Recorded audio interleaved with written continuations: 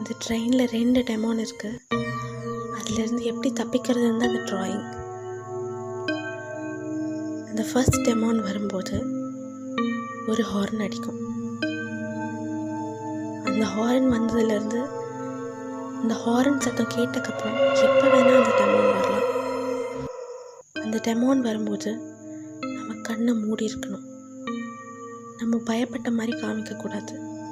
நம்ம பயப்பட்டோன்னா அது நம்ம புது சூழ்நிலை தெரிஞ்சு நம்மளை அதோட உலகத்துக்கு கூட்டிகிட்டு போயிடும்.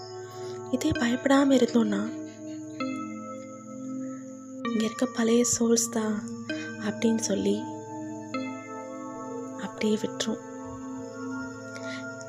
செகண்ட் டெமோன் வரும்போது 2 ஹார்ன் அடிக்கும். அந்த 2 ஹார்ன் அடித்ததுலேருந்து எப்போ வேணால் அந்த டெமோன் வரலாம்.